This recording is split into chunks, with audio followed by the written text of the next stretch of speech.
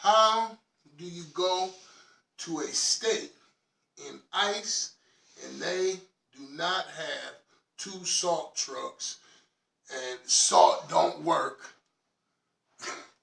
after, when it's 20 degrees?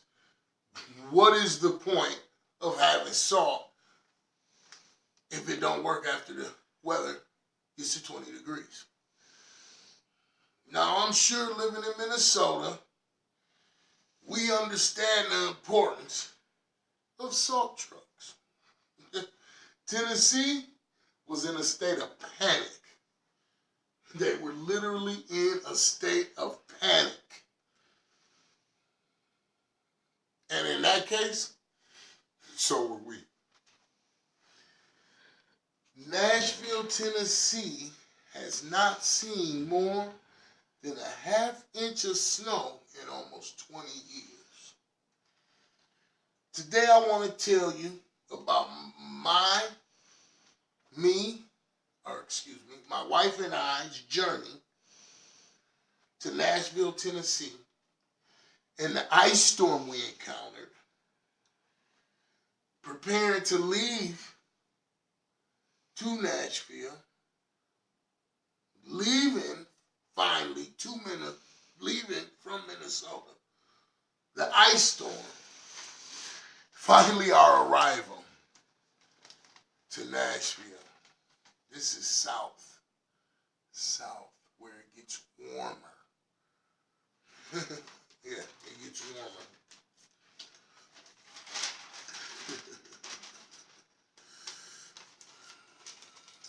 I was contacted February 3rd by my brother's friend, Leonda. Leonda called because they had the number for my dad had our numbers in his wallet. My dad has Alzheimer's and dementia, and we had to get ready to go and get him from Nashville. So she contacted me February 3rd, and she told me that a lady named Kelly had contacted her about my father, and that we needed to go, and somebody needed to pick him up. He was in the hospital, and they were trying to commit him. So I had to think fast.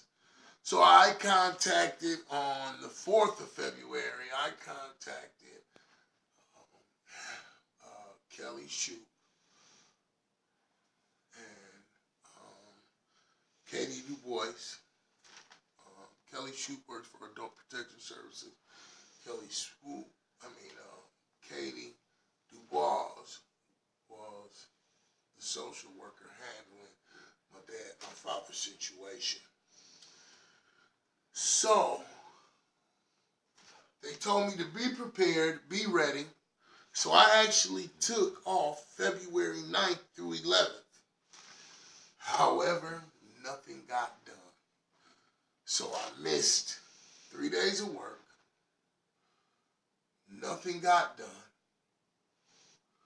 So I wound up going to work Thursday, Friday, still trying to figure out this situation because we knew we were going to have to drive.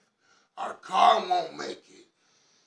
And we knew our car wouldn't make it, so we was going to have to rent a car because we checked airplane flights. That would have cost $1,500 for my wife and I to take two round trip tickets and then to bring our father back here. So that would have been close to 15, maybe 2,000. Because actually it wound up costing us about that much just driving.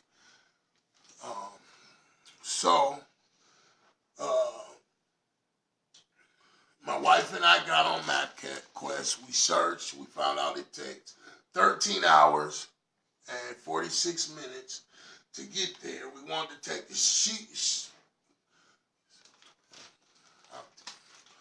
So,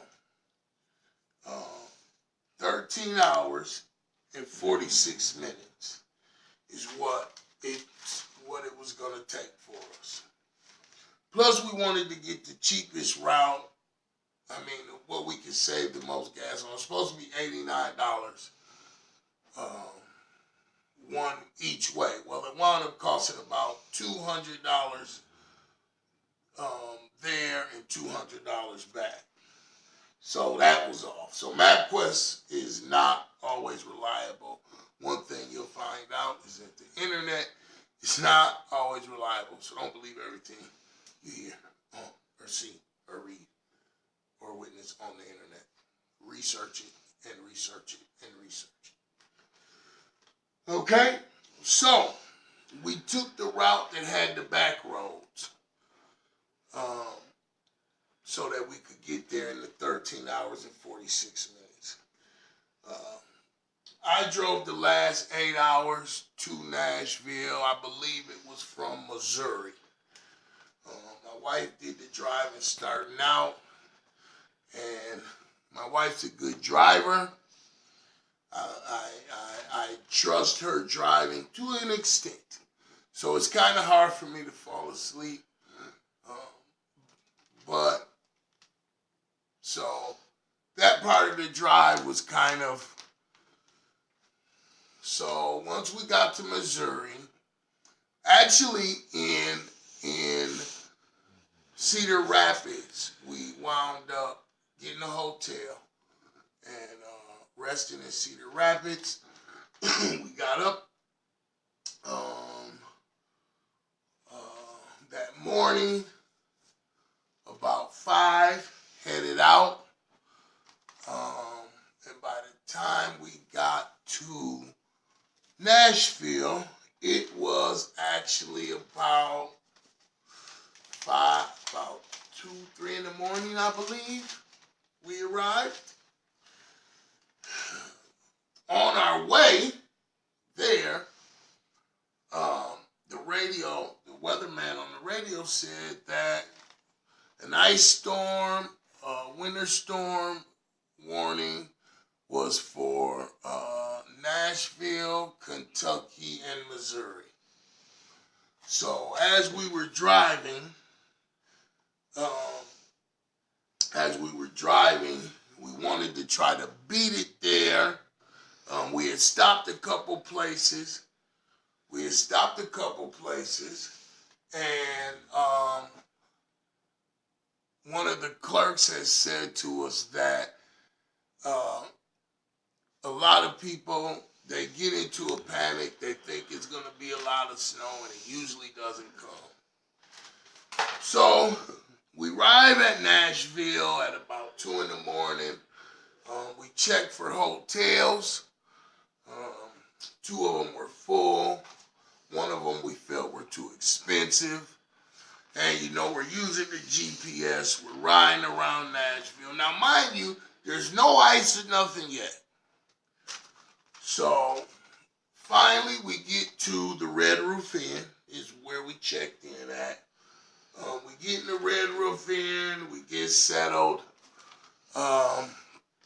So about 8 o'clock that morning, I got up to go get my wife and I some breakfast at the Waffle House. We hadn't had the Waffle House, so we was going to have us some Waffle House. I look outside, and lo and behold, the ice storm. The ice storm is for real. I go outside. People, listen to me. The ice was about a ½ inch thick on my car.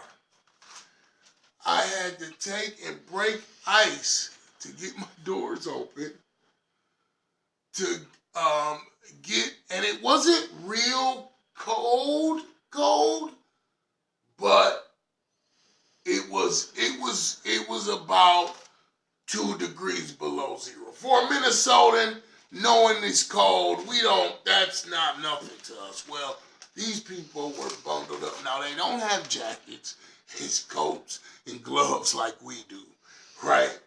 So I go to the Waffle House. I get my wife and I some breakfast. The breakfast was actually pretty good. I get back. Me and my wife sit down. Um, Me and my wife sit down. We're having breakfast, and while we're watching breakfast, the news comes on. The news reports that everything in the state is closing down.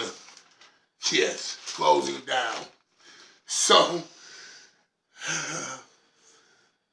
we could not find. We wound up going to Walmart. There was nothing in Walmart hardly.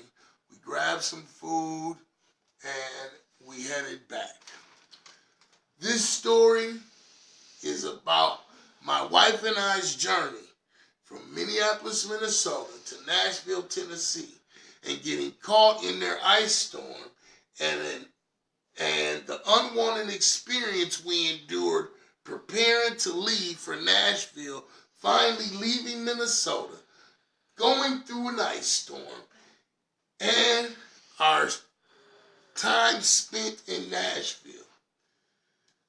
I hope you were able to imagine the experience my wife and I endured on this unwanted vacation and can sympathize with us as we visit a state not prepared for ice and snow.